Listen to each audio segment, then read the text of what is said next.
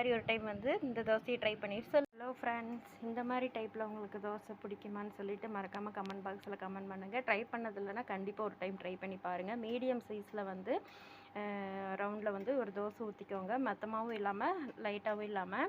அதுக்கு மேலே வந்து இட்லி பொடி தூவிட்டு அதுக்கு மேலே வந்து முட்டை, நாட்டுக்கோழி முட்டை வந்து ஒன்று உடச்சி ஊற்றிருக்கேன். நல்லா வேக வச்சு அந்த சைடு திருப்பி போட்டு இதுக்கு சைடிஷ் வந்து வாங்க காட்டுறேன். எம்மையாக இருக்கும். கண்டிப்பாக ட்ரை பண்ணி பாருங்கள். குருமா குழம்பு. இந்த சிக்கன் குழம்புக்கு மட்டன் குழம்புக்கெல்லாம் வெங்காயம், தக்காளி, மல்லி, சீரகம் இதெல்லாம் வந்து அரைச்சி ஊற்றும்ல, அது என்னன்னு சொல்லிட்டு டிஸ்கிரிப்ஷன் பாக்ஸில் தரேன். கண்டிப்பாக அந்த மாதிரி ட்ரை பண்ணி பாருங்கள். இன்றைக்கி வந்து பார்த்திங்கன்னா சோயா பன்னு, அப்புறம் கொஞ்சோண்டு கேரட்டு, கொஞ்சம் பீன்ஸ் இருந்துச்சு, அதுவும் போட்டிருக்கேன். இதெல்லாம் வந்து இஞ்சி பூண்டு பேஸ்ட்டு, எண்ணெயில் வந்து இதை போட்டு இஞ்சி பூண்டு பேஸ்ட்டு, அப்புறம் கரம் மசாலா வந்து வீட்டில் ரெடி பண்ணது, அதுவும் சேனலில் இருக்குது, செக் பண்ணி பாருங்கள். போட்டு நல்லா வணக்கி விட்டுட்டு அரைச்ச மசாலா போட்டு குக்கரில் விட்டு 3 விசில் தான் விட்டேன். எம்மியாக இருக்குது கிரேவி. கண்டிப்பாக ட்ரை பண்ணி பாருங்கள். லைக், ஷேர், கமெண்ட், சப்ஸ்கிரைப் பண்ணுங்கள்.